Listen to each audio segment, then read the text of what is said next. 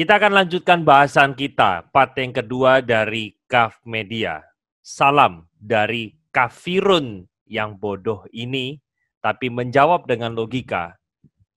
Menanggapi pernyataan kadrun yang maha jenius, tapi tanpa logika. Saksikan yuk video saya. Kafir selalu bertanya mengapa Al-Quran mencontek Bible dan mengambil nama-nama nabi dari orang-orang Yahudi. Disinilah bodohnya orang kafir. Al-Quran itu meluruskan ajaran kalian yang kacau, wahai kafir. Al-Quran itu menjelaskan klaim bahwa tidak ada nabi dari bangsa selain Yahudi, yaitu hanya klaim botol kafir yang kafirnya sudah jadi tumor di kepala. Bangsa Yahudi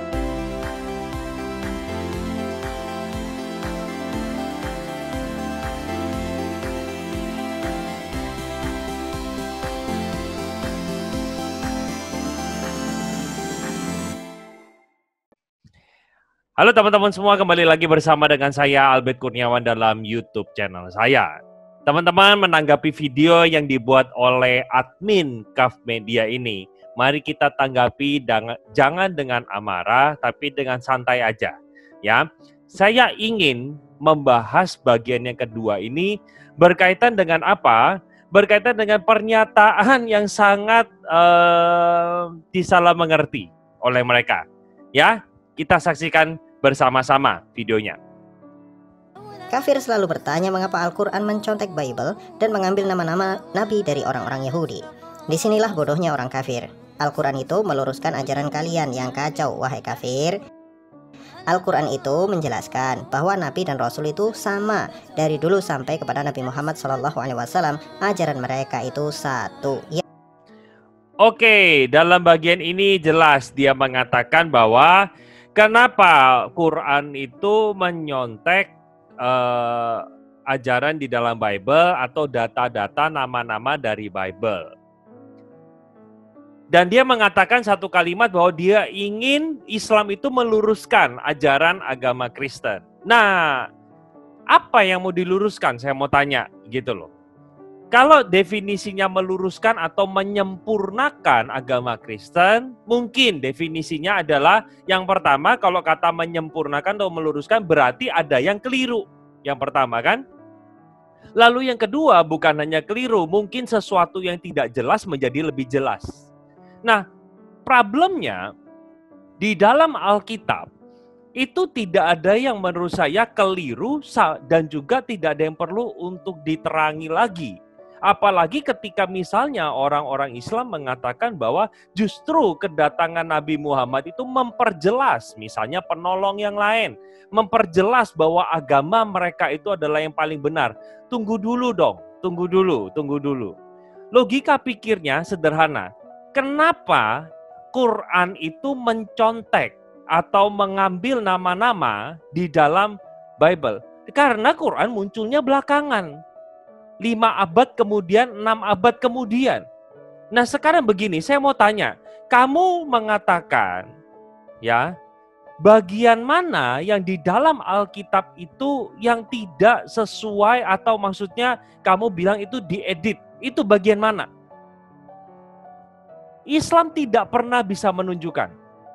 Problem terbesarnya adalah mereka menjadikan Quran sebagai standar untuk melihat yang tidak sesuai dengan Quran, maka itu sudah diedit. Itu kan nggak masuk akal gitu loh. Kamu tidak bisa memberikan bukti otentik. Ketika kamu mengatakan ada bagian Alkitab kami yang diubah, saya jadi tambah bingung dengan teman-teman para kadrun yang jenius ini. Bagaimana mungkin kamu bilang Alkitab dirubah sementara kamu merujuk kepada Alkitab kami gitu loh. Nah yang kamu rujuk, kamu katakan itu tidak diubah. Sedangkan yang tidak kamu rujuk, kamu mengatakan bahwa itu sudah dirubah. Saya itu kadang bingung loh teman-teman. Makanya mungkin untuk menjawab mereka sometimes itu logika harus ditaruh dulu. Dan jangan pakai logika. Saya mau tanya, teman-teman saya Muslim yang lihat video ini, saya mau tanya. Coba kamu ceritakan kisah Nabi Musa. Coba ceritakan dari dia lahir sampai mati. Apa yang dia kerjakan? Coba ceritakan kepada saya, tulis di dalam kolom deskripsi. Sekarang tulis. Pause video saya, sekarang tulis di dalam kolom deskripsi. Gimana ceritanya Yusuf? Dari lahir sampai dia mati. Ada? Enggak.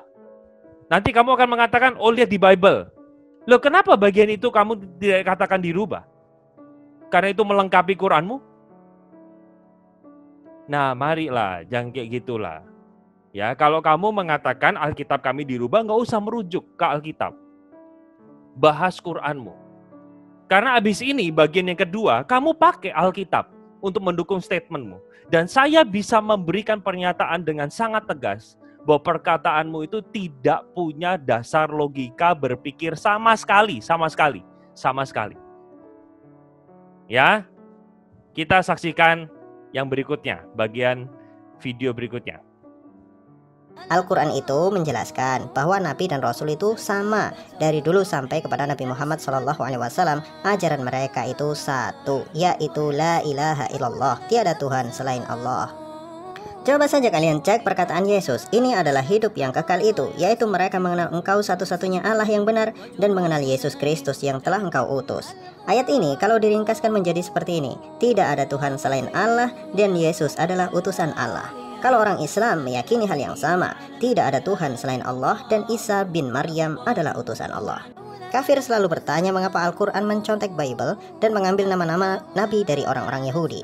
Di sini bagian yang kedua kita sudah lihat bersama-sama, saya akan bahas. Ya ini kan teman-teman bisa lihat sendiri ya, teman-teman netizen yang Kristen ataupun teman-teman saya netizen yang Muslim, ayo nilai sendiri dah. Kamu mengatakan Alkitab kami dirubah, tapi kamu memakai Alkitab kami sebagai dukungan. Jadi kadang nggak konsisten nih cara berpikirnya. Ya, jadi saya minta begini. Kalau bagi teman-teman saya yang Muslim bilang Alkitab kami dirubah, jawab pertanyaan saya. Dirubahnya kapan? Sebelum Nabi Muhammad lahir? Pada waktu Nabi Muhammad lahir dan hidup? Atau sesudah Nabi Muhammad meninggal? Kapan dirubahnya? Ya, jawab pertanyaan saya. Kapan dirubahnya? Kedua, siapa yang ubah? Yang ketiga, ya, bagian mana yang diubah? Saya habis ini akan mengajak teman-teman melihat Yohanes 17 ayat yang ketiga. Saya akan patahkan dengan sangat gampang. Jawab ya, 3 ini. Kapan, siapa, dan apa yang diubah? Sekarang saya akan bahas Yohanes 17 ayat yang ketiga. Saya akan tampilkan di dalam layar. Teman-teman bisa lihat bersama-sama. Ya. Saya gedein sedikit. Teman-teman lihat di sini ya. Ini ayat yang diambil kan? Yohanes 17 ayat yang ketiga. Inilah hidup yang kekal itu bahwa mereka mengenal engkau satu-satunya Allah yang benar dan mengenal Yesus Kristus yang telah engkau utus. Ini katanya mereka kan la ilaha illallah, ya, tiada Tuhan selain Allah. Sekarang saya mau tanya dulu perspektif teman-teman saya yang Muslim. Saya mau tanya, kata engkau di sini, engkau nih, bahwa mereka mengenal engkau, itu siapa? Siapa? Coba jawab. Kalau kita melihat dengan jelas bagian ini ya, bagian ini, karena kamu kutip ayat ketiga, ternyata ayat ketiga ini punya kaitan dengan ayat 1. Coba lihat. Demikianlah kata Yesus, lalu ia menengadah ke langit dan berkata, Bapa. Jadi engkau di sini berkaitan dengan kata pribadi Bapa. Saya mau tanya, sejak kapan Al-Quran itu percaya Allah sebagai Bapa? Tulis dalam kolom komen. Kalau ada ayat Quran yang mengatakan bahwa Allah itu Bapa, tulis. Tulis dalam kolom komentar. Kamu jangan sekedar mencomot ayat kami, lalu mengatakan bahwa ini ayat yang mendukung Islam. Kamu main comot, gitu loh. Kamu main comot. Nah, kalau kita baca lebih lanjut, ya, kita akan mendapatkan dengan jelas di sini bahwa teologia daripada Yohanes itu melihat Yesus betul utusan Allah, betul. Di sana benar. Tapi jangan lupa, Yesus juga di dalam Yohanes juga dibahas di dalam Yohanes 14 ayat yang ke-6. Saya buka buat kita. Yohanes 14 ayat yang ke-6. Kata Yesus kepada muridnya, yaitu kepada Filipus ya, "Akulah jalan dan kebenaran dan hidup. Tidak ada seorang pun yang dapat datang kepada Bapa kalau tidak melalui aku." Nah, kalau ada ayat seperti ini nanti argumenmu apa? Kamu akan mengatakan apa? Oh, ini ayat sudah dirubah. Jadi kamu memakai Alkitab seenak kamu sendiri. Seenak kamu sendiri. Jadi kamu berpikir mana yang sesuai dengan teologi Islam kamu pakai, yang tidak sesuai dengan teologi Islam kamu mengatakan itu sudah dirubah. Itu namanya nggak adil, bos. Gitu. Jadi saya mengajak teman-teman saya Muslim jangan mudah termakan. Saya sekali lagi mengatakan, jangan mudah termakan. Kalau kamu pingin betul-betul tahu, ya, Yohanes 17 itu ngomong apa? Baca semuanya. Baca semuanya. Kalau kamu lihat bersama-sama ya di dalam bagian ini, nah, saya ajak kita lihat ya. Saya ajak kita lihat bersama-sama lihat ayat yang ke-16. Ini doa Yesus kepada para orang percaya atau setiap orang Kristen. Mereka bukan dari dunia sama seperti aku bukan dari dunia.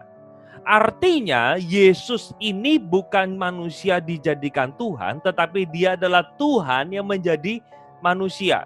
Kuduskanlah mereka dalam kebenaran, firman-Mu adalah kebenaran. Sama seperti Engkau telah mengutus aku ke dalam dunia, demikian pula aku telah mengutus mereka ke dalam dunia dan aku menguduskan diriku bagi mereka supaya mereka dikuduskan dalam kebenaran. Perhatikan ini, ayat 20-21. Dan bukan untuk mereka ini saja aku berdoa, tetapi juga untuk orang-orang yang percaya kepadaku oleh pemberitaan mereka.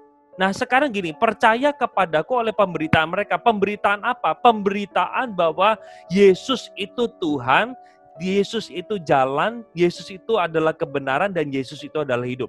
Supaya mereka menjadi satu, sama seperti Engkau ya Bapa di dalam aku, dan aku di dalam Engkau, agar mereka juga di dalam kita supaya dunia percaya bahwa Engkaulah yang telah mengutus aku.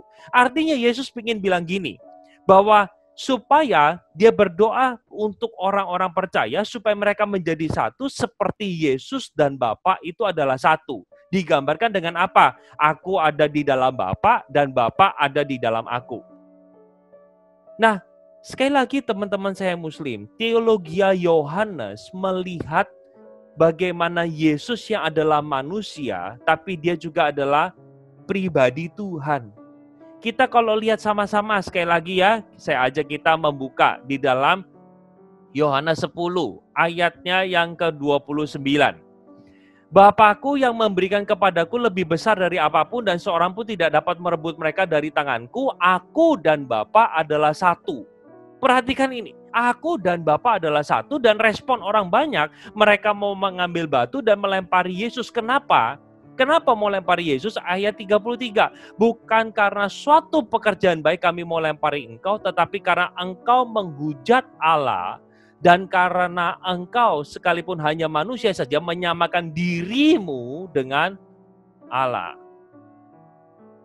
Oke teman-teman, kita jelas sekarang melihat bersama-sama bahwa ayat yang dipakai oleh umat Muslim itu sangat tidak sesuai dengan logika berpikir. Jadi tolonglah saya yang kafirun, yang bodoh ini, tapi menggunakan logika, sementara kamu yang maha jenius tidak perlu dasar logika. Tolong berikan penjelasan. Ya, jangan lupa, teman-teman saya yang Muslim, para kadrun, kamu tolong tulis di dalam kolom komen. Tulis, kalau Alkitab kami dirubah, siapa yang rubah, kapan, dan apa yang dirubah. Terakhir ya, saya tambahin satu PR kalian. Kalau sudah dirubah, kenapa kamu merujuk kepada Alkitab kami? Oke, sampai di sana saja part yang ini. Nanti kita akan lanjutkan pembahasan berikutnya. Teman-teman, semoga video ini boleh memberkati dan menolong kita memahami kesalahpahaman yang diungkapkan oleh umat Kadrun ini. Oke, Tuhan Yesus memberkati. Bye-bye.